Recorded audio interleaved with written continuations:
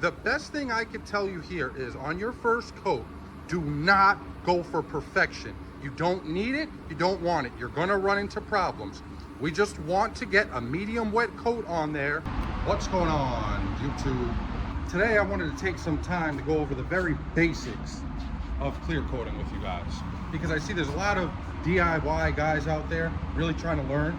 So I want to start from the ground up. I'm going to start a whole playlist dedicated to the basics of painting. Today we're going to start with the basics of clear coat, and I'm going to show you guys one very common mistake that even some professional guys make who paint for a living, and how easy it is by doing the one thing to avoid that mistake. And when you avoid that one mistake, you eliminate about 50% of the problems that you could run into when you're clear coating a car. So anyway, let's get our last coat of color going on this thing.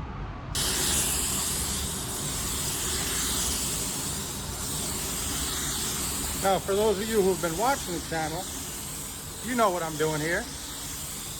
A drop coat. I guess I could say the very first thing that you're going to want to make sure of when you're clearing a car is that your base coat is dry. So once my base coat is dry, I'll show you guys what I do to make sure that it's dry. It's real simple. There's a few ways you could actually do it. I do it by, here, look, so this panel is dry. Normally I don't like to do it on the panel. So here, I'll do it on the tape. You put your thumb, just pretend this is the panel, because you really want to do it on the panel when you have like an inconspicuous area that's covered by like a molding or something. So you put your thumb on it and you twist. When you twist, if the paint doesn't twist with your finger, you know you're ready for the next coat. Other than that, another way you could do it is by temperature. So if you have a thermometer, like one of those laser thermometers, I don't yet, I'm getting one, you can check the temperature of the panel before you put paint on it. Say it's 70 degrees. When you put paint on it, the temp of the panel is going to drop to a couple degrees, maybe 67, 68, whatever it is. Now, you know it was 70 before, it's 68 now. So when it gets back to 70, your base coat is dry. You're ready for either your next coat or you're ready for your clear.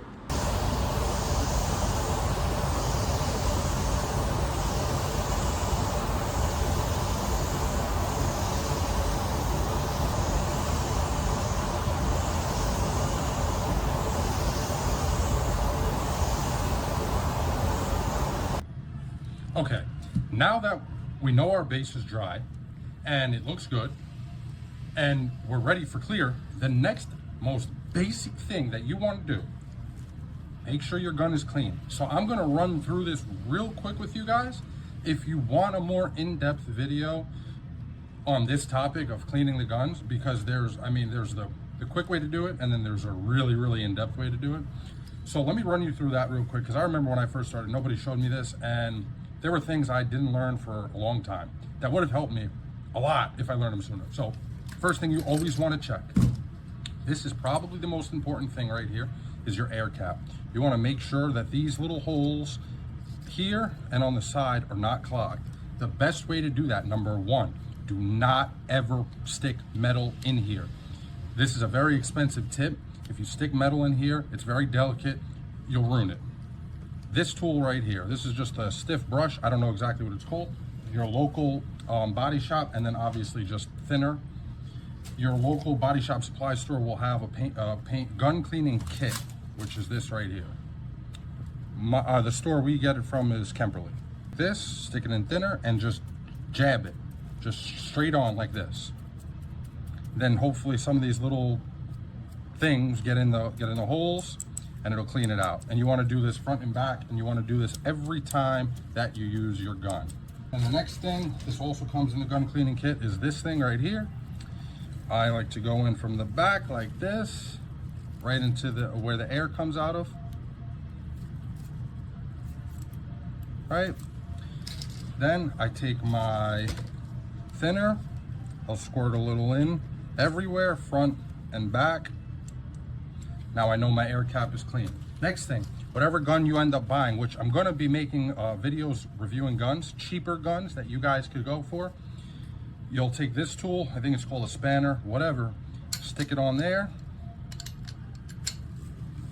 Take this off. Pretty much the same thing here as well. Comes with the gun cleaning kit. Stick it in there. Just like that. Grab our other brush from the front, right? And just make sure all these holes are clean. Now you come to the back of the gun. Your fluid. Take this out. Screws right out. There's going to be a spring. Be careful, don't lose this. You'll ruin the whole gun. You lose that. Pull the trigger. Pull your needle out. This needle, this tip, has to be clean. If it is not clean, your gun's going to shoot real weird. And it's hard to see if this thing is clean or dirty. So just always clean it every time after you use it. Same thing. This is my favorite tool for cleaning a gun right here. And then you could just take a cloth, wipe it. Okay, that's clean. Go in from the top. Make sure that's clean. Go in from the front. Make sure that's clean. And then what I do is take some thinner, pour it right in there, pour it a little bit everywhere, squeeze it out. Now we know our gun is clean, which is very important. Now I'll show you guys the reassembly process real quick. You take your needle, stick it in there, take your spring. Note which way your spring comes out. Most of them can only go in one way, but on the cheaper guns that you guys are probably going to be starting with, it's not as obvious to tell which way it goes in, so just note which way when you take it out. But if you put it in the wrong way, chances are you'll feel a difference in the trigger, so you'll know you put it in the wrong way. Take this, screw it on. This, just get it on like that. Then put this back on. Your tip, tighten it. Make sure you tighten it. If you don't tighten it, you're gonna run into problems. Take your cap, stick your cap on. Tighten it. Make sure it's straight. Now, back to the back of the gun.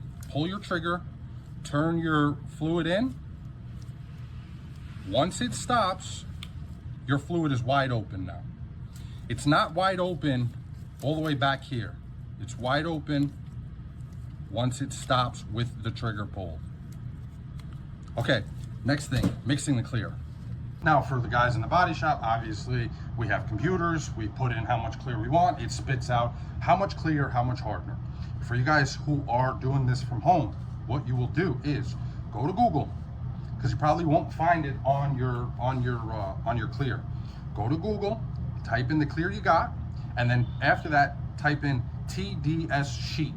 That is going to give you everything you need to know about that product. How to mix it and what you can mix it with. What temperatures it's recommended to spray at. I mean, everything. Everything you need to know about that product will be there. You can do that with your primers, your clears, everything.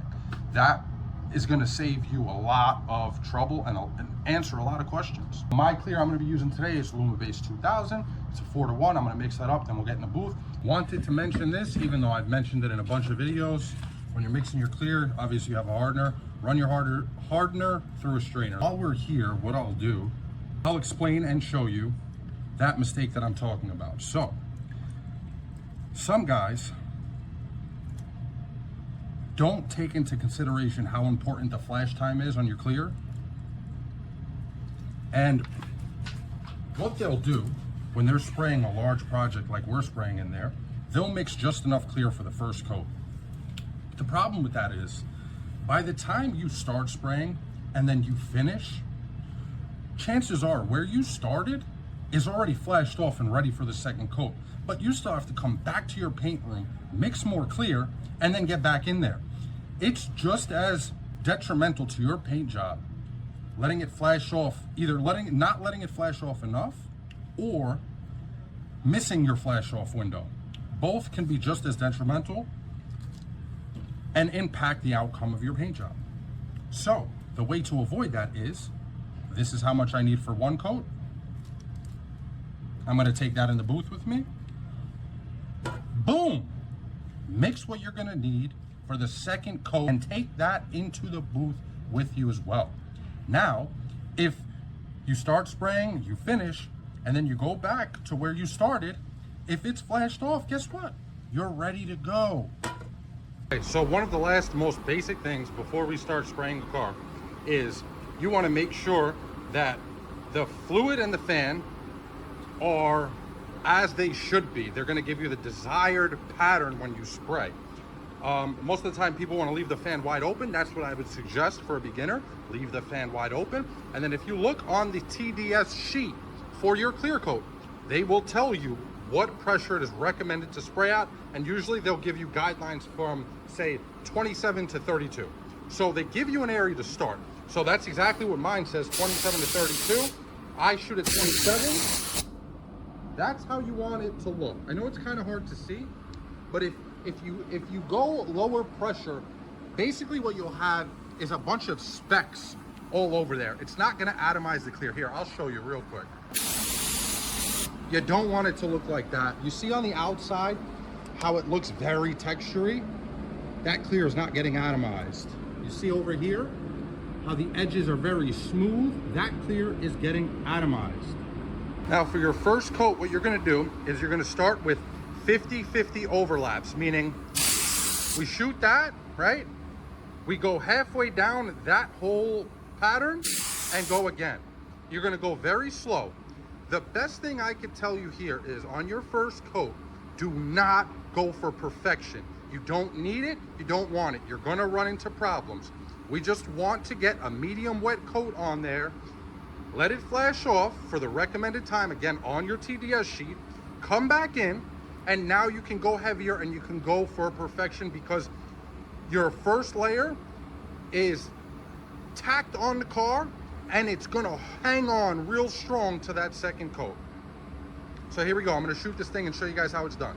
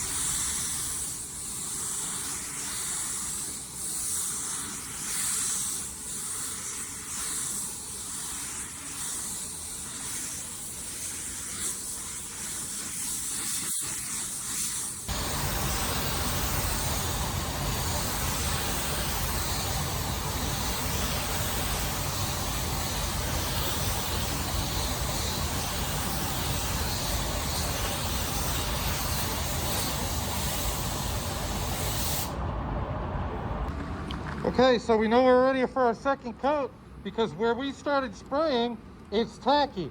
Now on this coat, you'll do the same thing, but you'll do 75% overlaps. And I forgot to mention, but generally you want to stay about four inches away from the panel while you clear. You can go a little closer on your second coat.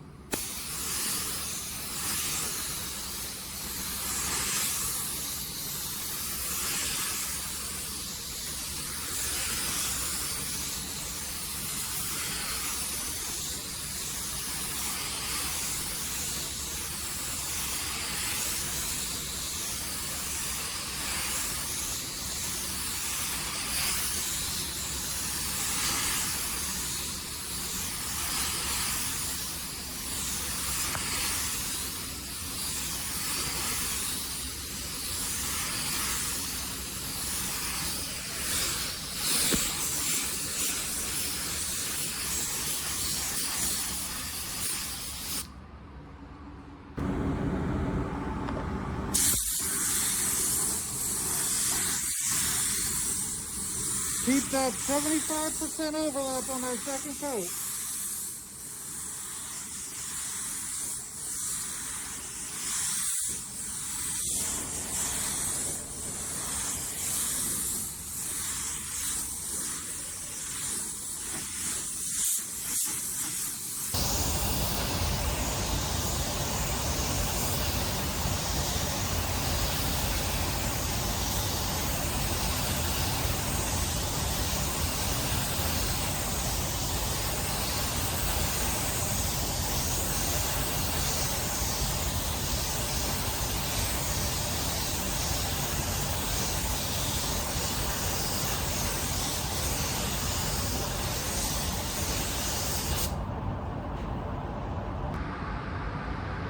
Here's our finished product.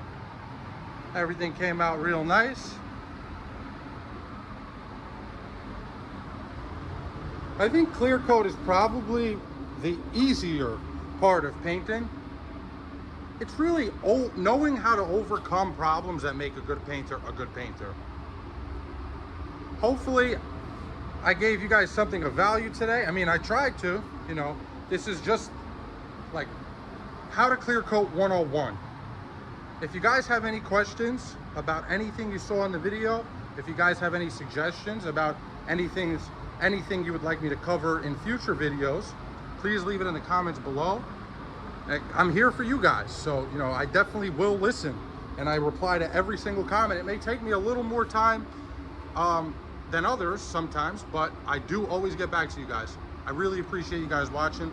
Thank you so much. It does mean so much to me. If you enjoyed it, got any entertainment, anything like that, please like, comment, subscribe, maybe even share it if you guys want. I'd really appreciate that. Thanks so much again. Have a good one.